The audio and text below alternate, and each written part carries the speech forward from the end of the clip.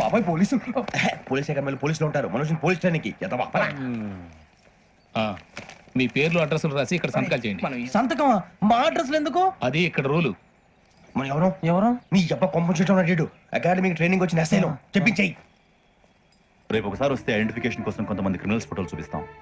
I know you must be tired now. Me father సామాన్లు ఆ రూమ్లో ఉన్న వెళ్ళి కలెక్ట్ చేసుకోండి. సెక్యూరిటీగా కానిస్టేబుల్ మీతో పంపిస్తున్నాను, just in case. Welcome to AP police academy batch 2004. మీరంతా ఇక్కడికి ఎందుకు వచ్చారో తెలుసు అనుకుంటాను. లైన్లో చూడడానికి. వెరీ గుడ్, మంచి సెన్స్ ఆఫ్ హ్యూమర్ ఉంది మీ దగ్గర, పర్టికులర్ గా నీ దగ్గర. ఇలాంటి జోకులు ఏమైనా ఇప్పుడే వేసేయండి, ఎందుకంటే కాసేపట్లో మీ మొగుడు వస్తాడు. ఆయన ముందు ఇటువంటి జోకులు వేస్తే మిమ్మల్ని కాకుండా కాల్చేట్టు కాల్చేస్తాడు.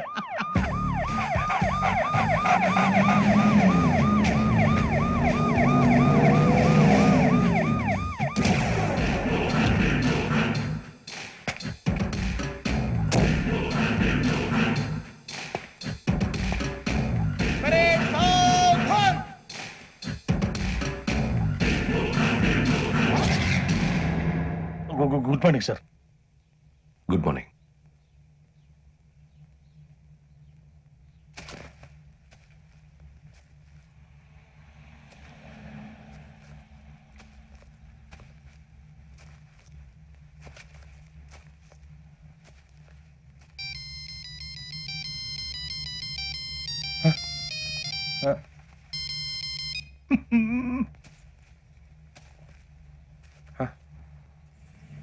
ఏంటి?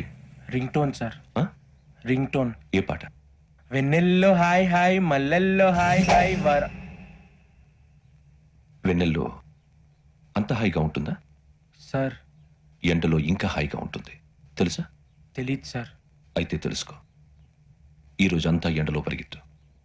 ఎంత హాయిగా ఉంటుందో రేపు నాకు పాట పాడి చెప్పు. Sir go.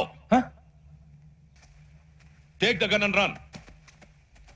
3 నెలలు కళ్ళు మూసుకుంటే ట్రైనింగ్ పూర్తి చేసేయచ్చు, ఆ తర్వాత దేశం మీద పడి దోచేయచ్చు అని మీరు అనుకుంటే మాత్రం చాలా తప్పు.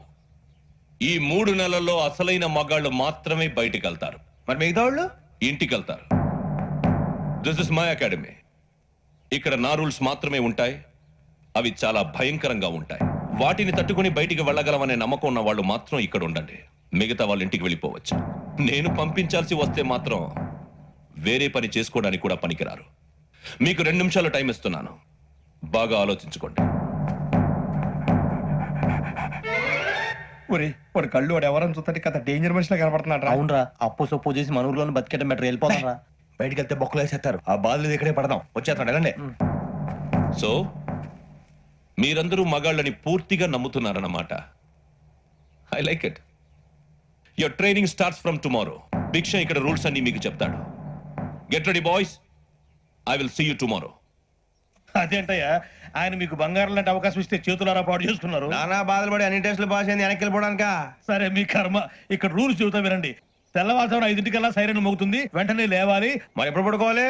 చెప్తా, అది కూడా చెప్తా. 6 ప్రేయర్ ఉంటుంది, 7 టిఫిన్ పెడతారు. ఏం పెడతారు? ఏం పెడతారంటే బిర్యానీ పెట్టి బూస్ట్ ఇస్తారు అనుకుంటావా ఏంటి? ఒక ఇడ్లీ పెట్టి 1 గ్లాస్ పాలు ఇస్తారు. లంచ్ లో ఏం పెడతారండి? ఒక కప్పు రైసు పప్పు. కప్పు అంటే 1 కప్పు సైజులో ఉంటుంది అనుకోకండి. టీ కప్పులో సగం ఉంటుంది. లంచ్ అవగానే రెస్టా అండి?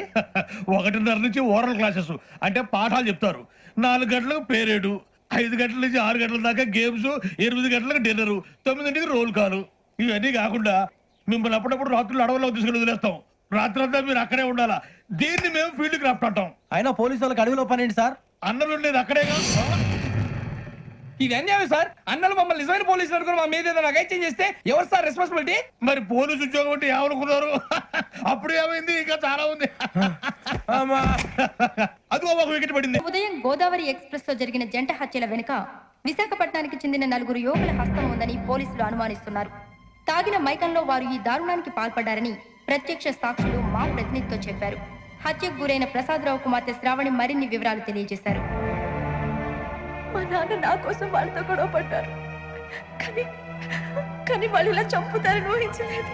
ఈ 4 యువకుల గురించి పోలీసులు అన్ని కోణాల్లో దర్యాప్తు చేస్తున్నారని దక్షిణ మండలి డీసీపీ భరత్ చెప్పారు. ఆ 4 కుర్రాళ్ళు హత్యలు చేశారని ప్రత్యక్ష సాక్షులు చెప్తున్నారు.